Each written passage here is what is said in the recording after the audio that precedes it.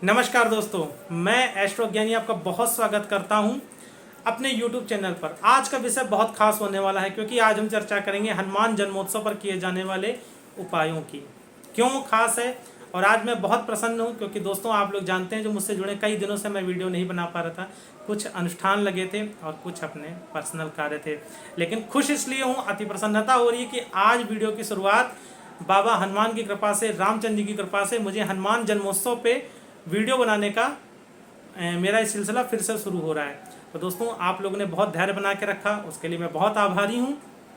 और अब चर्चा करते हैं कि कौन से वो उपाय हैं जो हनुमान जन्मोत्सव पे करने से आपको लाभ मिलेगा। क्यों इतना खास है हनुमान जन्मोत्सव और क्यों उपाय करने चाहिए, पहले इस पे जानते हैं। दोस्तों, भगवान पे जब विपदा आई थी तो हनुमान जी ने निवारण किया था। एक सुंदर प्रसंग के साथ बताऊंगा आप लोगों को। उसके पहले अब की हनुमान जन्मोत्सव 16 अप्रैल 2022 को है। दिन पड़ रहा है शनिवार। शनि जनित पीड़ा से कैसे मुक्ति मिलेगी, क्योंकि शनि अगर बिगड़ जाए तो कहते हैं घर के बर्तन तक बिकवा देता है। तो उस पीड़ा से कैसे मुक्ति मिलेगी, खासकर धनु, मकर, कुंभ, तुला और मिथुन राशि वाले जिनको ढैया चल रही है, और धनु, मकर और कुंभ, इनको शनि की 7.5 चल रही है। मीन राशि वाले पे 7.5 आने वाली है।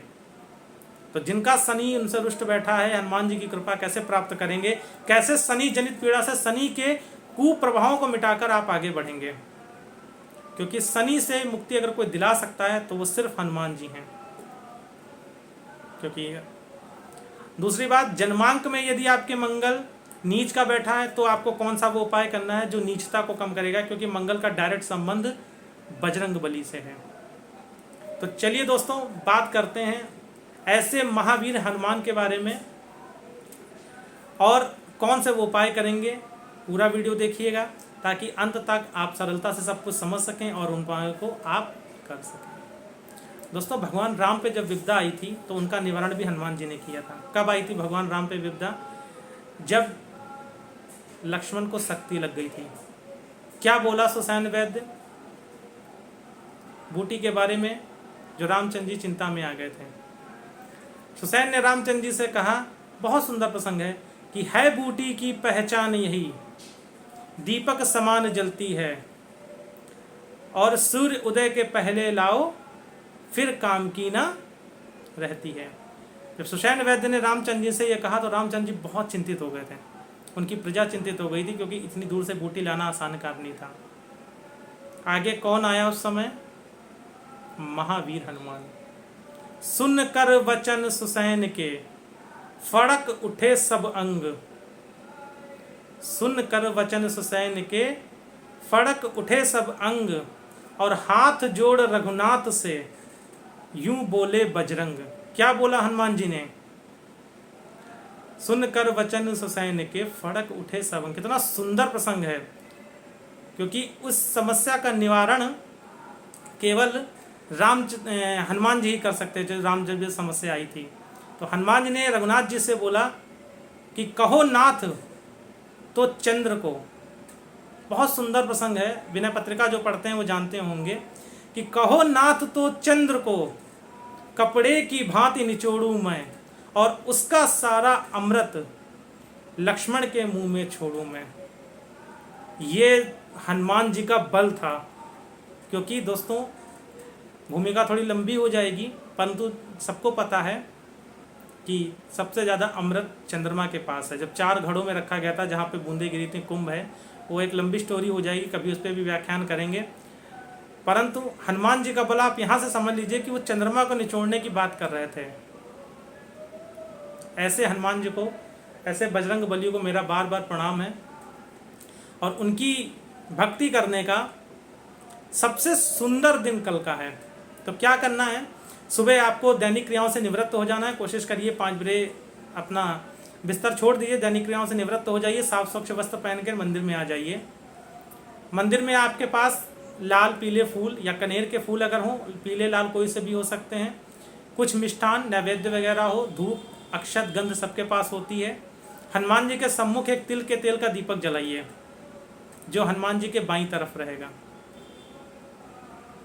एक तिल के तेल का दीपक लगाकर और हाथ में संकल्प लीजिए अगर ये उपाय आप करना चाहते हैं। और ये उपाय क्यों करना है पहले ये जान लीजिए। अगर आपके ऊपर कोई केस चल रहा है, कोई परीक्षा 1 या 2 नंबर से 3 नंबर से रह जा रही है, लैक ऑफ कॉन्फिडेंस फील करते हैं, चीज़ें समझ में नहीं आ रही हैं, इंटरव्यू वगैरह क्रैक नहीं हो रहे हैं, जो बच्चे आईएएस की तैयारी कर रहे हैं, प्री और मेंस निकल जा रहा है, इंटरव्यू में कमांड नहीं आ रही, कॉन्फिडेंस नहीं आ रहा, या कहीं आप ऐसी जगह हैं जहाँ पे आप एक अच्छी पोजीशन पे, एक अच्छे पद पे बैठे हैं, परंतु आपके जूनियर्स से नहीं बन रही है, आपके खिलाफ घोर षड्यंत्र हो रहा है, तो कल के दिन दोस्तों, कल का वो महत्वपूर्ण दिन, हाथ में जल लेके अपना नाम, तिथि बोलकर, गोत्र का नाम बोलकर, स्थान देवता को साक्षी मानकर 1008 नाम भगवान राम के A4 साइज का कागज़ ले आइएगा।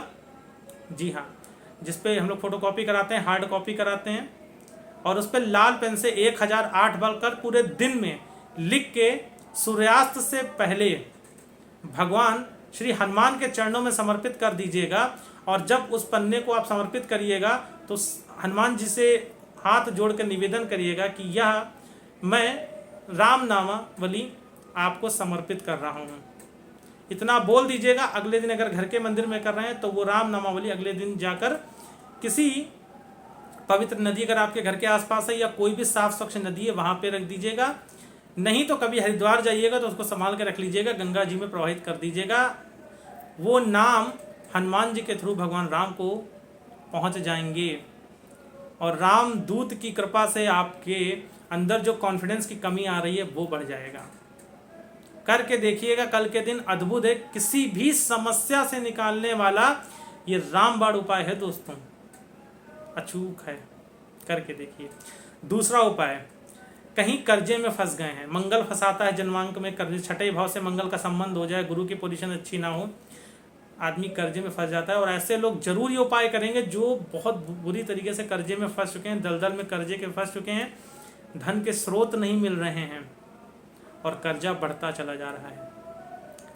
कल पूरे दिन में या सुबह ही सुबह 11 पाठ बजरंग बाण के संकल्प लेके करिए और हाथ जोड़ के विनम्र भाव से भगवान के सम्मुख बैठ के बोलिए कि हे महाबजरंग बली, जिस तरीके से आपने भगवान राम के कष्ट को निवारा था, इसी प्रकार से मुझे इस कर्ज के दलदल से बाहर निकालिए।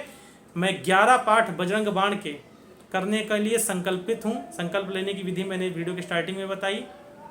करके देखिए दोस्तों, 100% दावा है इस हनुमान जन्मोत्सव से अगला जो हनुमान जन्मोत्सव आएगा 2023 का, फर्क नजर आएगा।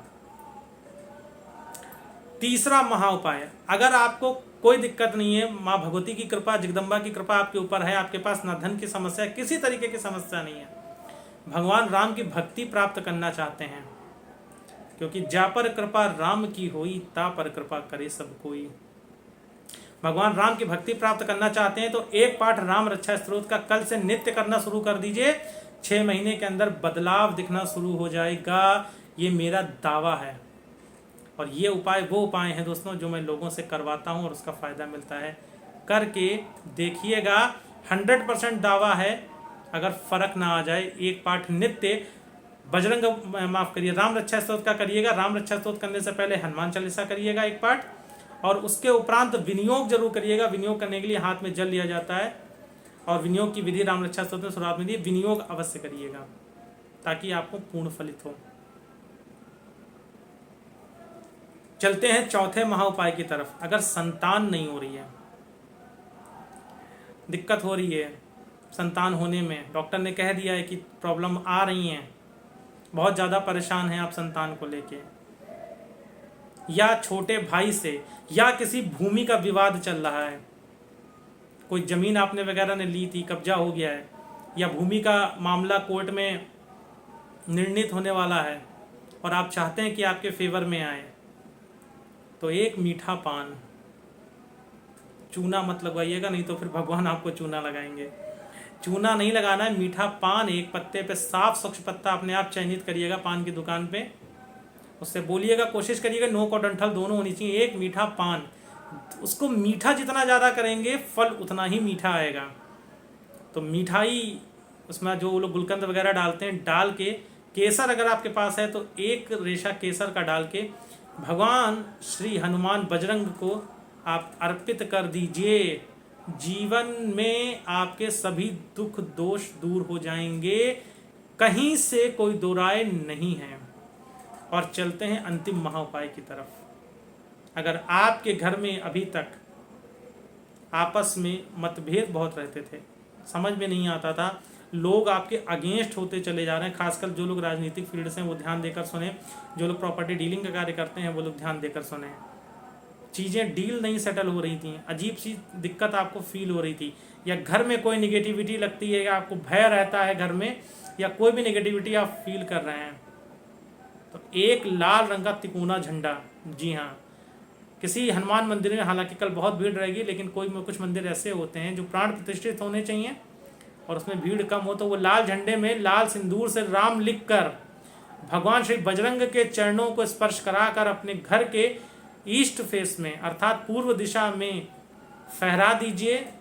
उसी दिन से आपकी विजय का पताका संसार में, समाज में फैलने लगेगा, इसमें कहीं से संशय मात्र नहीं है।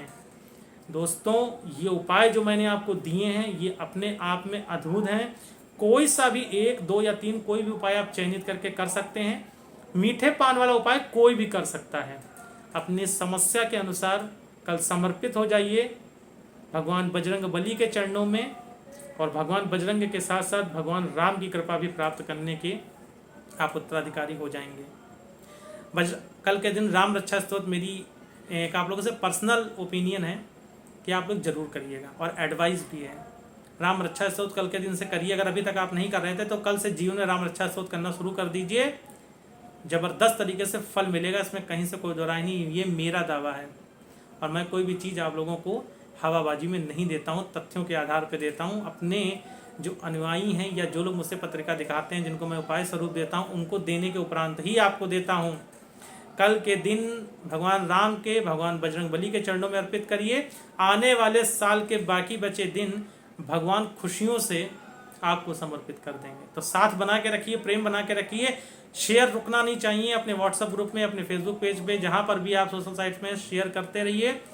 बहुत जल्द कल से राशिफल आएगा दोस्तों, 2 सप्ताह से नहीं आ पाया, कल सप्ताह का राशिफल आएगा। आज वाला उपाय कल जरूर करिएगा। एक चीज़ का मैं निर्णय और कर देता हूँ, कुछ लोग दिक्कत में होते हैं, सुबह करें या शाम को करें उपाय। सुबह कर लीजिए, पूरे दिन में कभी भी कर लीजिए, सूर्यास्त के बाद मत करिएगा, सूर्यास्त से पहले करना है, ये याद रखिएगा। साथ बना के रखिए, प्रेम बना के रखिए। जय भोले, जय श्री राधे।